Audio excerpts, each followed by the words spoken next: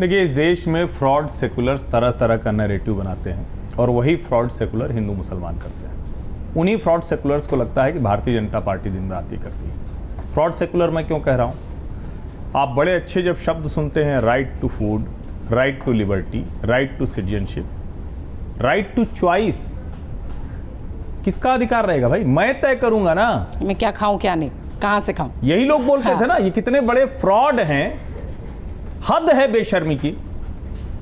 जो सारे नैरेटिव आप बोलते थे आज उसके खिलाफ आप खड़े हो गए, और ये विषाक्त वातावरण भारतीय जनता पार्टी और कोई सरकार बना रही। शर्म नहीं आती? उस रूट पर कांवड़ के दौरान क्यों, देश के किसी हिस्से में क्यों? क्या आप जाते हैं, आपके वेटर का नेम प्लेट नहीं लगा होता है होटल्स में आप जाते हैं तो? फ्लाइट्स में क्या आपको जो मैनेजर होता है वो नहीं लगा होता है? किसी ने आज तक कहा क्या? आपको लेकर कोई किसी जगह पे कोई पुलिस वाला खड़ा है, मना करता है क्या? ये इस देश के फ्रॉड सेकुलर इस देश का बेड़ा गर्क करना चाहते हैं। वो चाहते हैं कि ये नैरेटिव खड़ा हो। कितनी खबरें, मैं तो कहूंगा अमर उजाला को शोध करके अगला डिबेट इसी पे करना चाहिए। पिछले 5 सालों की आप खबरें निकालिए।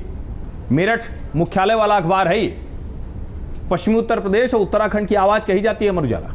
जरा निकालिए। मैं भी एक समय में इसी अखबार में काम किया हूं, आज नहीं, मैं तो 20 साल पहले की बात कर रहा हूं। कोई दिन कोई कांवड़ यात्रा नहीं होती जिसमें एक हिंदू मुसलमान झगड़ा ना हो। और आमतौर पे क्या होता था?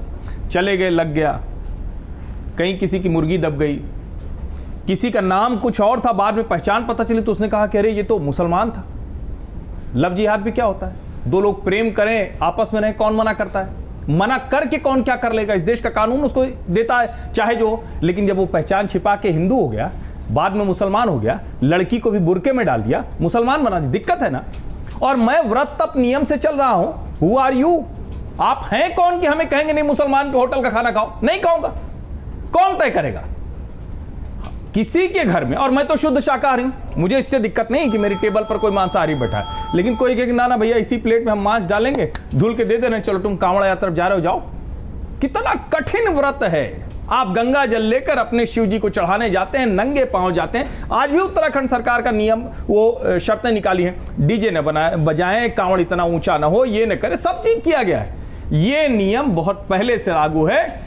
इस सरकार को और पहले की सरकारों को ध्यान देना चाहिए। ये साल भर ये नियम लागू होना चाहिए। पहचान छिपाकर कोई काम नहीं होना चाहिए। और अगर 75 साल में ये देश इतना नहीं बन पाया, अभी आई है ना 10 साल से भाजपा की सरकार, इसका मतलब ये है कि सेकुलरिज्म फ्रॉड है, उसको सही कीजिए। एक दूसरे का सद्भाव तभी होगा। ये हिंदू मुसलमान नहीं है, ये उनकी राजनीति है जिनको लग रहा है कि अराजकता फैला के हम 33 पे पहुंच गए। अगर आप ये वीडियो YouTube पर देख रहे हैं तो हमारे चैनल को सब्सक्राइब करें और बेल आइकन को दबाना ना भूलें। अगर आप Facebook पर ये वीडियो देख रहे हैं तो हमारे पेज को लाइक करें।